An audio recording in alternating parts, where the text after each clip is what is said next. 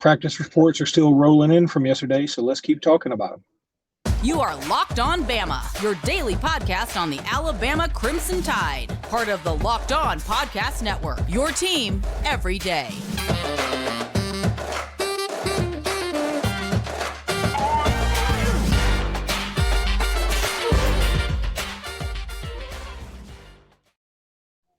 Hey, everybody. Welcome back into Locked On Bama. Luke Robinson, that's me. Jimmy Stein, that's him. Jimmy, I'm in a Sky Club, so you're going to do most of the talking, which is what people wanted to hear anyway.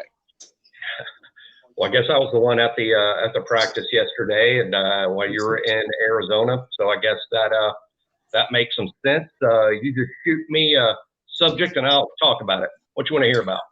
Well, you guys over at Bama Online did a great job. I should say I need to give credit where credit is due to Charlie Potter, talking about broke down the offense and defense yesterday. So let's talk offense first. One thing that everybody talked about quarterbacks. I want to throw this out there that there've been a lot of just crazy comments in the comment section about our take on the quarterbacks. I want to be very specific here. We don't care who wins it. We really don't. In fact, if I had a preference, my preference would actually be Jalen Milroe, because I think that is the coolest of the quarterbacks. I really do. I feel like that is the one that gives Alabama the most notoriety, and probably would be the one that would have the best chance to win a Heisman. I mean, honestly, just because of his athleticism, his story. I mean, think about this. If he starts against Texas and he has a big game, he was committed to Texas at one time. He's from Texas. That's a huge story. So that's who I would want. But our comment section has just been wild. People saying we don't want Milroe, or we don't want Simpson, or we don't want – but I don't care who it is. I just want somebody to take the reins. Secondly, the other thing that I've found pretty comical just reading reports from all the various sites is that depending on who you read, that's who played well. I mean, I've seen people say clearly Milroe played better Saturday. Clearly Simpson played better. Clearly Buckner played better. Clearly Lonergan played better. And frankly, I think if you got four people with four opinions, you can just take the word clearly out of it. So no real sense to get into the quarterbacks. Again, we covered all that yesterday. But so let's sort of start with running backs, because I looked at Charlie Potter's report. Obviously, he had McClellan in there pretty much with the ones, and Roydell Williams with the ones. I think you and I both believe, and again, there's no shot at Roydell, it's just that I believe Justice Haynes will eventually eat up some of those carries, right? Yep. Yeah, my opinion on the running backs wasn't changed after watching practice at all. I think Jason Roydell were clearly the running backs with the ones. Makes all the sense in the world. They're the seniors. They've been playing for 3 years. They're good players, especially Jace. I think Jace is on the verge of having a really big year. I see Jace having a Brian Robinson-type senior season.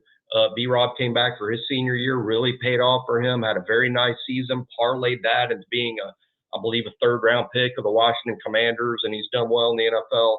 I see Jace having a really similar season. Now, they're much different backs stylistically. B-Rob, the bigger chain mover. I think Jace is more of a home run guy. I mean, he's more of a big play threat, more of a guy that's going to catch balls from the backs.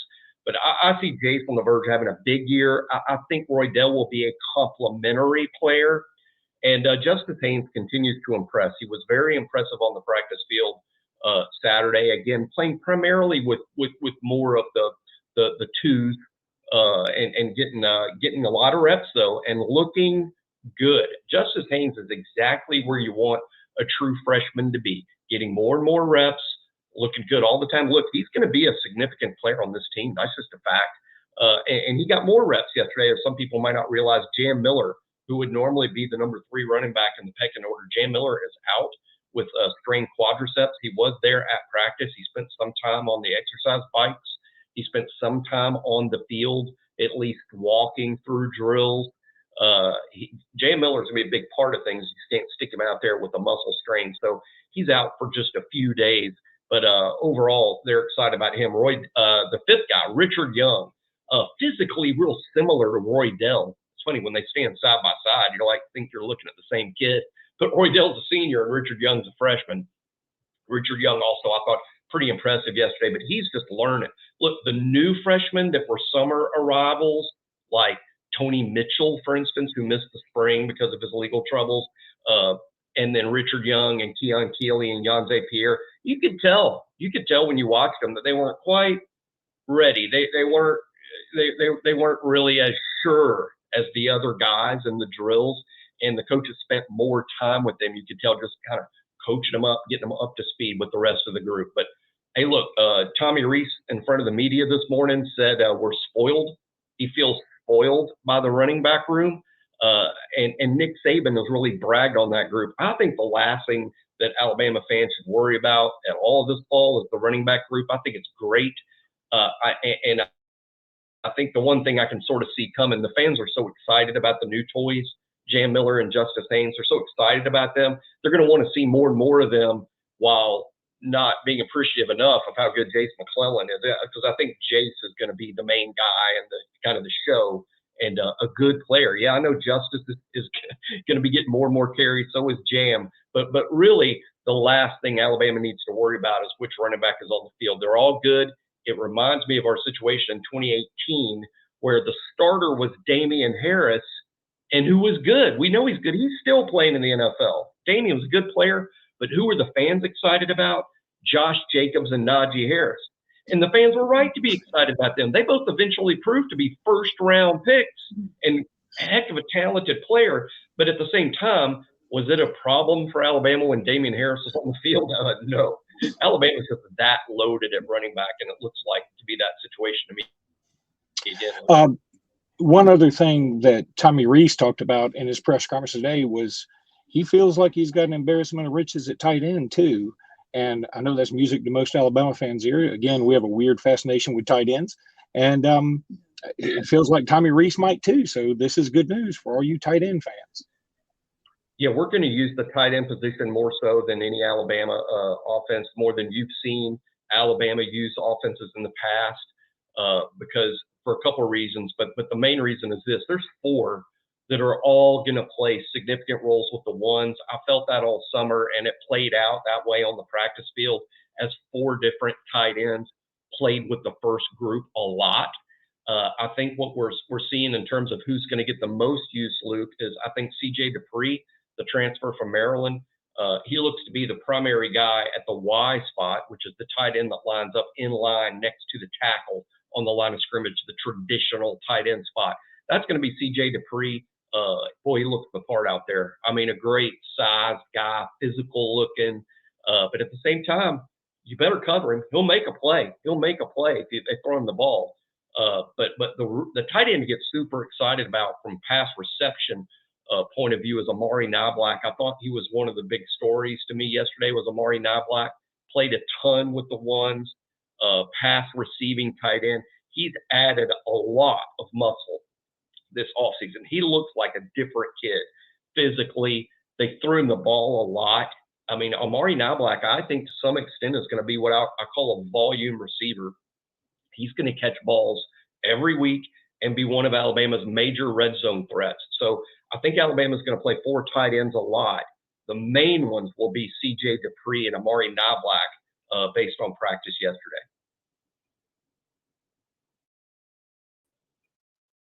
You mute? Did you mute? Yes, I'm muted. Stupid. So you mute even in the airports? Yeah, I'm mute everywhere.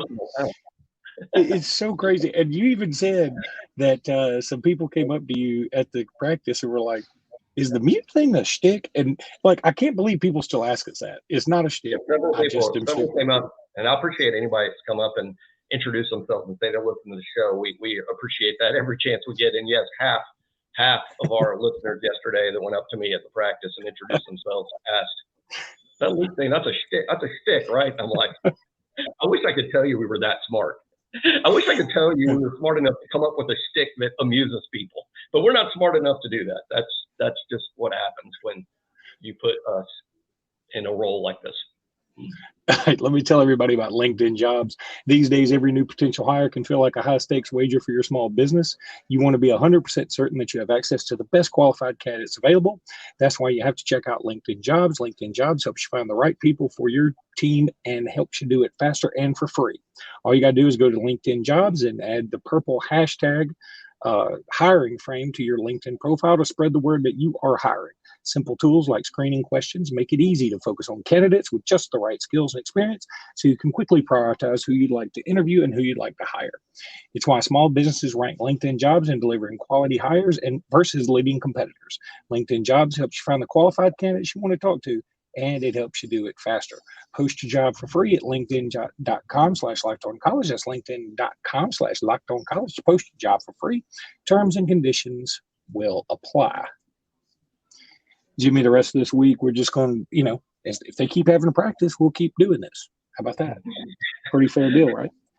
And I feel like next Saturday, we won't be there. I won't be there. Media won't be there.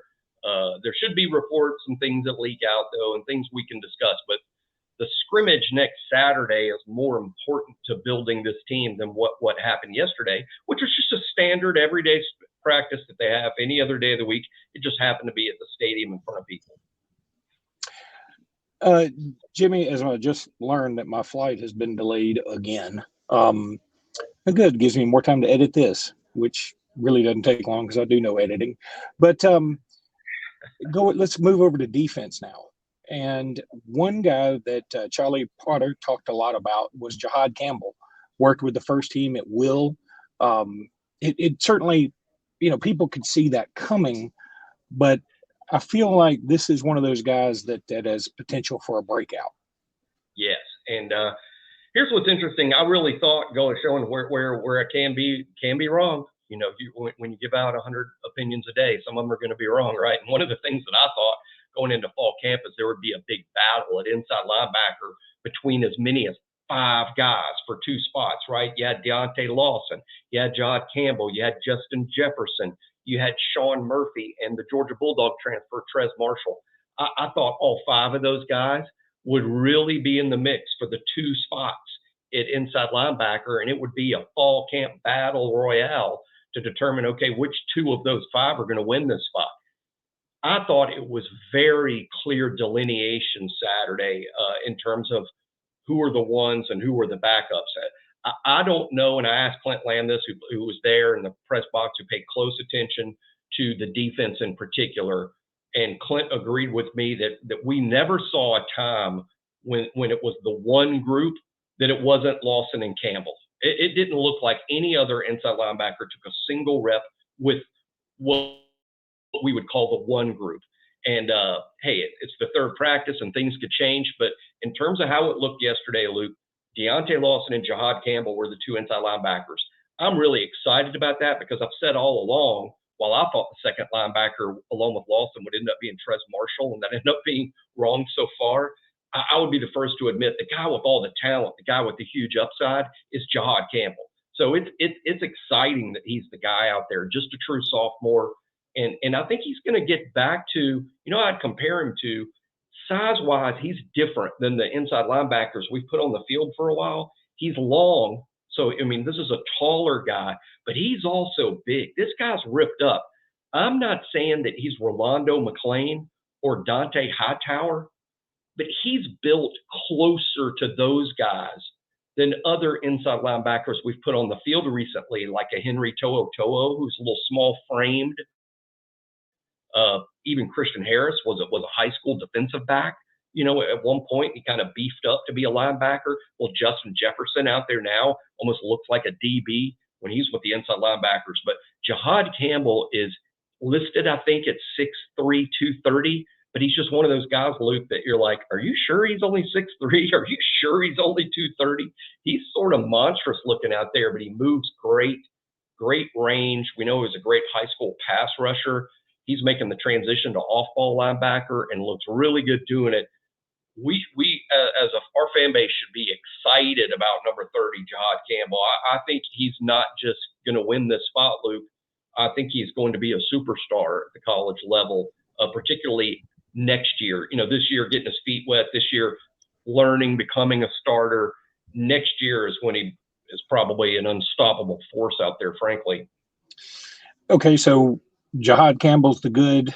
The lukewarm, pardon the pun, would be Trez Marshall running with the second team. Again, some people aren't super surprised by that because I think a lot of folks believed, all right, he's going to come in and play, not necessarily star. And then there's Sean Murphy, who also appeared to be running with the second team. I think that's positive. He's got some room for growth as a player. But then the bad, and I say bad, I don't know another adjective. Justin Jefferson running with the third team. This was a guy that a lot of people considered a 5-star coming out of JUCO. If he wasn't rated one, a lot of people considered him one. And then, when he was at the spring game, his lack of verticalness stood out to me, if that makes sense. Yeah, he's not a big dude. And he wears that number 28 and he sort of looks like a safety out there. Look, Nick Saban has even addressed this with Justin Jefferson, who got here in January from junior college. I think with him, just here's the bad part, or in terms of why he's not higher. He apparently has a lot to learn in terms of learning the defense. It's a linebacker. You kind of have to know everything. It's a bit like when you play that position, it's a bit like being the quarterback of the defense. You kind of have to know everything that's happening around you. I think Justin might be still transitioning, a JUCO that just got here in January, still learning the defense. And I think that's why he's down there with the threes for right now, though no one questions the athleticism. I mean, I think we saw that in A-Day when athleticism took over. Maybe he wasn't doing his assignment. Maybe he wasn't doing what he was supposed to do, but he's so athletic and fast, he was getting to the ball anyway. That's him. But the good news is Jahad Campbell and Deontay Lawson. Alabama's going to be putting 2 really good inside linebackers on the field. This is not going to be a liability whatsoever on this football team. This is an asset, with Lawson being one of the team's leaders. He was at Mike linebacker, by the way, making the line calls, being in charge. But this is his year 3, right? So he's ready for this. Jahad Campbell now entering into his year 2, now looks ready to start and be an every week presence at inside linebacker. Inside linebacker will be a strength of this team. I'm really certain of that. All right, Jimmy, let's take another break. When we come back, maybe just glance over special teams and then talk about what's next in recruiting. And we're back. So, Jimmy, the special teams, did Will Reichert nail a 50-yarder or a 60-yarder or a 78-yarder or anything that just stood out to you? I think because they were practicing on one field and not 3, there was less special teams work than normal. The kickers and the punters worked on the side pretty much the whole practice, just working on punting, Reichert kicking into a net. I don't believe that they practiced any kicking on the field at all. I don't recall seeing Reichert kick off or kick field goals. His work was just all on the side. They did work on some punt return. That was the only special teams thing I saw. And here's what was interesting. They didn't even let James Burnup and the backup punters punt live balls on the field. The special teams group was just snapping the ball, making sure that end of the punt was good. They were lined up right. The snap was good. And then they'd use a machine to send the ball down the field. So there weren't even live punts on the field. But in terms of returning punts, Kool-Aid McKinstry was, of course, the number 1 punt returner, and he was out there. They worked 2 or 3 guys behind Kool-Aid. And we know Kool-Aid's going to be the punt returner. He was the number 2 punt returner in the country a year ago. He's explosive. He looks like he might do that professionally in the NFL. He's fantastic. But you have to have somebody else because Kool-Aid could always get banged up, and then you need somebody maybe end-of-game situations. Look to me in terms of what they looked at yesterday. Isaiah Bond was out there returning punts behind Kool-Aid. Terrion Arnold was returning punts, which I thought was a bit of a surprise. And not a surprise in retrospect. Some might be surprised, but I wasn't. The 4th guy was Cole Adams, number 13, the true freshman from Oklahoma. He was out there, and hey, he's got very good, dependable hands. Sometimes in a punt return, that's all you want. Hey, somebody you know is going to catch the ball because, man, fans, of course, love seeing a punt returner who can make plays. But you get a punt returner back there that doesn't have dependable hands, you lose the ball game. So, but anyway, those were the four. But the punt returner is going to be Kool-Aid. They did not work kickoffs, kick returns. Those guys were just on the side. All right, so Nate Frazier from California, Mater Dei, will be committing in 10 minutes, according to a countdown here that I just looked at. So by the time you listen to this, that will be over. But let's just assume he's going to Georgia. I mean, that's what it looks like, right? Right. Okay. Yeah. So that's a prediction at BOL. So who do you think will be the next to commit to Alabama then, and when will it be? Yeah, I think by end of August or mid-August. Off the top of my head, it's August 18th. I think the next scheduled announcement that we're going to feel pretty good about in terms of where he's going to go is Dre Kirkpatrick Jr. No reason to describe to y'all who that is. I think y'all have all heard of Dad.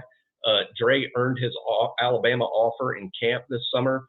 He's also, and this is really interesting, he's not maybe one of the more highly recruited guys in our class at all, but my understanding is since last season, he's put on he's grown like an inch and a half and has added 15 pounds of muscle and just since last season. And that physically he's a different looking guy. He also played his junior season banged up quite a bit.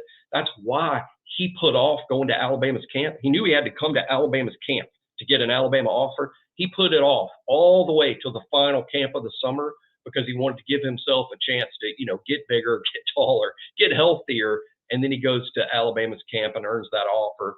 And again, he's going to play safety for Alabama should he choose Alabama. We haven't had an official prediction at BOL just yet, but I believe we're probably going to lean that way. So Dre Kirkpatrick Jr. very possibly the next. After that, and the kid to get excited about, it's related to today's announcement with Nathan Frazier choosing Georgia over Alabama, most likely. The running back from Meridian, Mississippi, Daniel Hill, he is going to make his announcement near the end of August.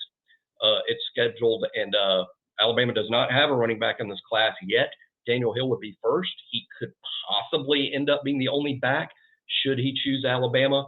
Big, strong guy, built differently than every other running back in our room right now. Daniel Hill will show up the biggest, most physical back. So it's somebody that Alabama could use maybe even early. I'm excited about him. Families are big. His family wants him at Alabama.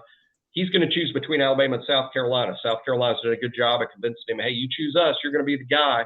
You'll be our guy. You'll be the man here day one. If you go to Alabama, you're going to be getting in line. They got Richard Young. They got Justice Haynes. They got Jam Miller. You can go to Alabama, but you're going to be waiting. Here you'll be the guy. So we're not certain about what Daniel Hill's going to choose just yet. We just like Alabama's position. And as Frazier has committed to Georgia today, the Hill recruitment has become even bigger. But he's been a priority to Alabama for a long time. All right, everybody, that's going to do it for today's podcast. Thank you guys so much for listening, subscribing, and doing all that. The numbers are really way up. You really enjoyed the practice report yesterday, so appreciate everybody tuning in for that. You guys are the best. And until tomorrow, roll tide, everybody. Roll tide.